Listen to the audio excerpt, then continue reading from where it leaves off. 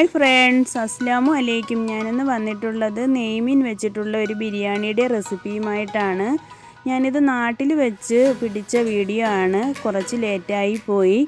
പിന്നെ നിങ്ങൾ എൻ്റെ ഈ ചാനൽ ആദ്യമായിട്ട് കാണുന്നവരൊക്കെ ഉണ്ടെങ്കിൽ സബ്സ്ക്രൈബ് ചെയ്യാനും തൊട്ടടുത്തുള്ള ബെല്ലൈക്കൻ എനേബിൾ ചെയ്തിടാനും മറക്കല്ലേ. ഇനി നമുക്ക് വീഡിയോയിലേക്ക് പോകാം. നെയ്മീനൊക്കെ ഞാൻ കഴുകി വൃത്തിയാക്കി കട്ട് ചെയ്ത് വെച്ചിട്ടുണ്ട്. ഇതിലേക്ക് 1.5 ടീസ്പൂൺ മഞ്ഞൾപ്പൊടി, പിന്നെ ഇതിലേക്ക് ചേർത്ത് കൊടുക്കുന്നത് കാശ്മീരി മുളക് പൊടിയാണ്. ഒരു 3-4 ടീസ്പൂൺ മുളക് പൊടി ഇട്ട് കൊടുക്കാവുന്നതാണ്. പിന്നെ ഇതിലേക്ക് ചേർത്ത് കൊടുക്കുന്നത് കുരുമുളക് പൊടിയാണ്. ഒരു 1.5 ടീസ്പൂൺ ചേർത്ത് കൊടുക്കുന്നുണ്ട്. പിന്നെ 1/2 ടീസ്പൂൺ ഗരം മസാലപ്പൊടി കൂടി ചേർത്ത് കൊടുക്കുന്നുണ്ട്. പിന്നെ ഇതിലേക്ക് ആവശ്യമായ ഉപ്പും നാരങ്ങ നീരും കൂടി ചേർത്ത് നമുക്കിതൊന്ന് മിക്സ് ചെയ്തെടുക്കാം.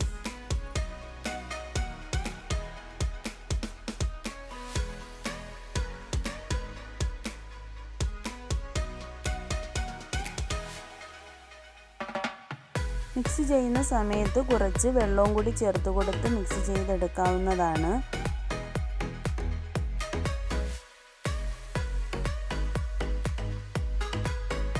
മസാലയെല്ലാം നല്ലതുപോലെ മിക്സ് ആക്കിയതിന് ശേഷം ഫിഷിലേക്ക് നല്ലതുപോലെ നമുക്ക് ഈ മസാല തേച്ച് പിടിപ്പിച്ച് കൊടുക്കണം.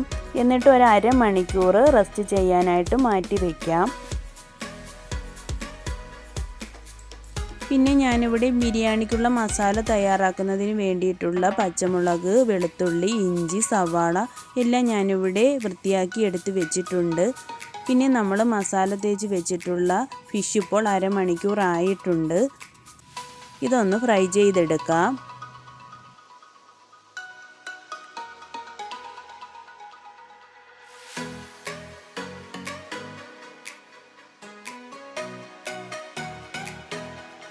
ഫിഷ് ഫ്രൈ ആയി വരുമ്പോഴത്തേക്കും നമുക്ക് ബിരിയാണി റൈസ് വേവിച്ചെടുക്കാം. ബിരിയാണി റൈസ് വേവിക്കുന്നതിൻ്റെ വീഡിയോയ്ക്ക് ഇതിന് മുന്നേ തന്നെ ഞാൻ ഇട്ടിട്ടുണ്ട്. അതുകൊണ്ട് ഇതിൽ ഡീറ്റെയിൽ ആയിട്ടൊന്നും ഞാൻ പറയുന്നില്ല.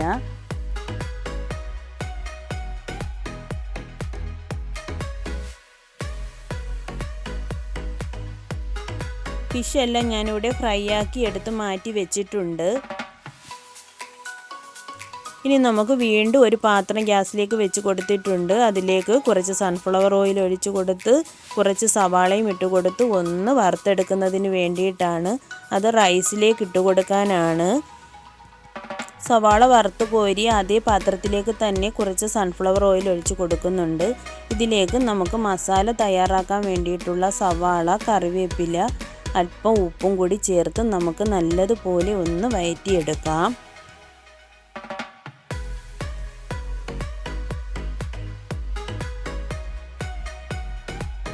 ഈ ഒരു സമയത്ത് പുറത്ത് നല്ല മഴ പെയ്യുന്നുണ്ടായിരുന്നു.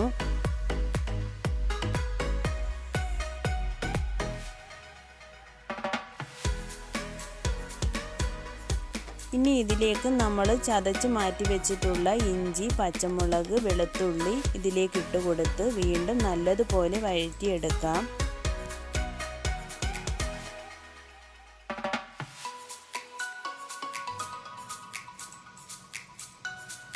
സവാളയെല്ലാം നല്ലതുപോലെ വഴന്ന് കിട്ടിയിട്ടുണ്ട്. ഇനി ഇതിലേക്ക് കട്ട് ചെയ്ത് മാറ്റി വെച്ചിട്ടുള്ള തക്കാളി ഇട്ട് കൊടുക്കാം.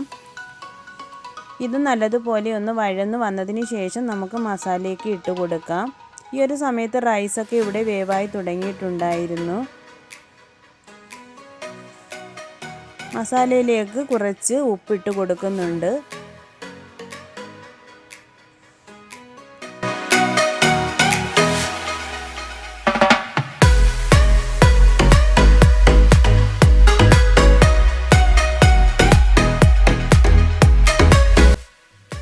സവാളയും തക്കാളിയും എല്ലാം നല്ലതുപോലെ വഴന്ന് കിട്ടിയിട്ടുണ്ട്. ഇതിലേക്ക് 1 ടീസ്പൂൺ മഞ്ഞൾപ്പൊടി, പിന്നെ ഇതിലേക്ക് ചേർത്ത് കൊടുക്കുന്നത് 2 ടീസ്പൂൺ കാശ്മീരി മുളക് പൊടിയാണ് ഞാനിവിടെ ചേർത്ത് കൊടുക്കുന്നത്. പിന്നെ ഇതിലേക്ക് ഇട്ട് കൊടുക്കുന്നത് 1 ടീസ്പൂൺ ഗരം മസാലപ്പൊടി, 1 ടീസ്പൂൺ കുരുമുളക് പൊടി. ഇതെല്ലാം കൂടി ചേർത്ത് കൊടുത്തതിന് ശേഷം നമുക്ക് നല്ലതുപോലെ ഒന്ന് വഴറ്റിയെടുക്കാം. പിന്നെ കുറച്ച് നാരങ്ങ നീരും കൂടി ചേർത്ത് കൊടുക്കുന്നുണ്ട്.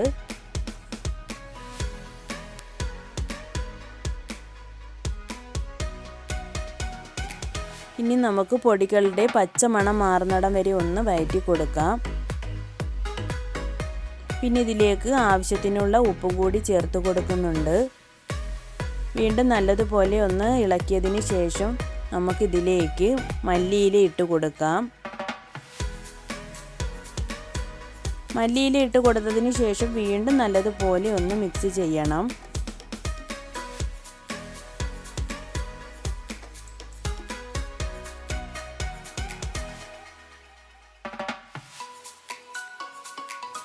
ഇനി നമുക്കിതിലേക്ക് ചേർത്ത് കൊടുക്കേണ്ടത് തൈരാണ്. തൈര് ചേർത്തതിന് ശേഷം നല്ലതുപോലെ വീണ്ടും മിക്സ് ചെയ്ത് കൊടുക്കണം.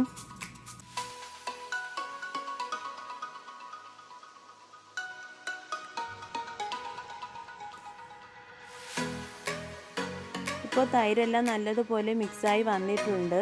ഇനി ഇതിലേക്ക് ഫ്രൈ ചെയ്ത് മാറ്റി വെച്ചിട്ടുണ്ടായിരുന്ന ഫിഷ് ഇട്ട് കൊടുക്കാം.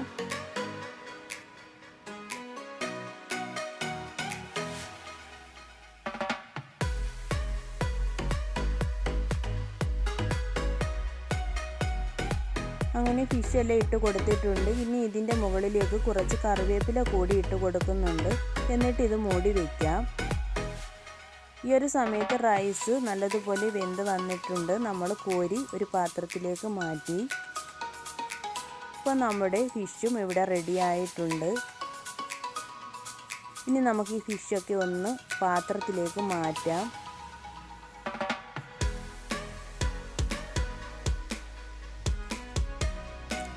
ഫിഷ് എല്ലാം എടുത്ത് മാറ്റിയതിന് ശേഷം അതിൽ നിന്ന് കുറച്ച് മസാലയും മാറ്റിയിട്ടുണ്ട്. കുറച്ച് മസാല അതിൽ തന്നെ വെച്ചിട്ട് അതിൻ്റെ മുകളിലായിട്ട് ചോറിട്ട് കൊടുക്കുന്നുണ്ട്. ഇനി അതിൻ്റെ മുകളിലായിട്ട് നെയ്യ്, ഫുഡ് കളർ, വറുത്ത് മാറ്റി വെച്ചിട്ടുണ്ടായിരുന്ന സവാള, കിസ്മിസ് എല്ലാം ഇട്ട് കൊടുക്കാം.